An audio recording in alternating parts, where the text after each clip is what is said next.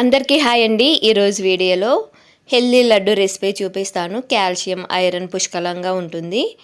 పిల్లలకి కానీ పెద్దలకి కానీ రోజు ఒకటి తినడం వల్ల చాలా మంచిది. తప్పకుండా ట్రై చేయండి. టేస్ట్ కూడా చాలా బాగుంటుంది. ఇంకా ఏమాత్రం లేట్ చేయకుండా రెసిపీ విధానం చూసేయండి. స్టవ్ మీద ప్యాన్ పెట్టుకొని అందులోకి 1 కప్పు వరకు నువ్వులు వేసుకోవాలి. నేను ఇక్కడ తెల్ల నువ్వులు తీసుకుంటున్నాను. మీకు ఏవి అవైలబుల్ ఉంటే అవి తీసుకోండి. బ్లాక్ నువ్వులు అయితే ఇంకా మంచిది. వీటిని చిటపటలాడే వరకు వేయించుకోవాలి.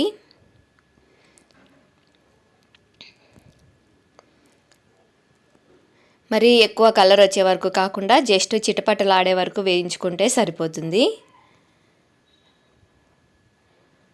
మనకి ఇంత హెల్దీగా బయట ఎక్కడా దొరకవండి, మనం ఇంట్లో చేసుకుంటే తప్ప. ఇలా బాగా వేయించుకున్నాక దింపేసుకొని ఒక ప్లేట్లోకి తీసుకొని పక్కన పెట్టుకోండి. నెక్స్ట్ అదే ప్యాన్లోకి 1/2 కప్పు వరకు పల్లీలు వేసుకోవాలి.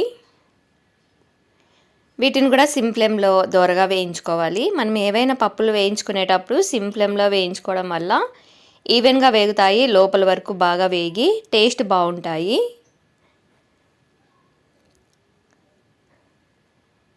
ఇలా దోరగా వేయించుకున్న తర్వాత స్టవ్ ఆఫ్ చేసేసుకొని వీటిని కూడా దింపేసుకొని ఒక ప్లేట్లోకి వేసుకొని పైన ఉన్న పొట్టు మొత్తం తీసేసుకోవాలి. చల్లారినాకైతే ఈజీగా వచ్చేస్తుంది.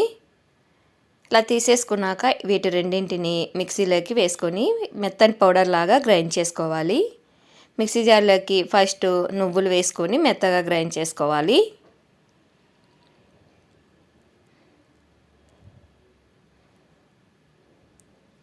మనం వాడే నువ్వులు, పల్లీలు, బెల్లం కూడా హెల్త్కి చాలా మంచిది. ఇలా గ్రైండ్ చేసుకున్న తర్వాత ఒక ప్లేట్లోకి తీసేసుకోండి.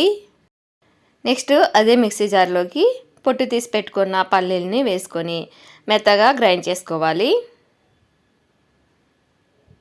నెక్స్ట్ ఇందులోకి 1/4 కప్పు వరకు బెల్లం వేసుకోవాలి. ఇలా చిన్న ముక్కలుగా కట్ చేసుకున్న బెల్లంని వేసుకొని మెత్తగా గ్రైండ్ చేసుకోండి. వీటిని కూడా మనం ముందుగా వేసి పెట్టుకున్న నువ్వుల పొడిలోకి వేసేసుకొని ఇవన్నీ బాగా మిక్స్ అయ్యేటట్టుగా చేత్తో కలుపుకోవాలి. మీరు కావాలంటే ఎండు కొబ్బరి అయినా వేసుకోవచ్చు. ఎండు కొబ్బరి వేసుకుంటే దానికి తగ్గట్టుగా బెల్లం క్వాంటిటీ కొంచెం పెంచుకోండి. ఇలా బాగా కలిపేసుకున్నాక మనకు నచ్చిన సైజులో లడ్డూలాగా చుట్టుకోవాలి. పాకం అవసరం లేదు, ఏం అవసరం లేదండి. చాలా సింపుల్గా ప్రిపేర్ చేసుకోవచ్చు. చాలా హెల్దీ. తప్పకుండా ట్రై చేయండి. ట్రై చేస్తే ఎలా వచ్చాయో మీ ఫీడ్బ్యాక్ని నాకు కామెంట్లో చెప్పండి. రెసిపీ నచ్చితే like and share and subscribe. Thanks for watching.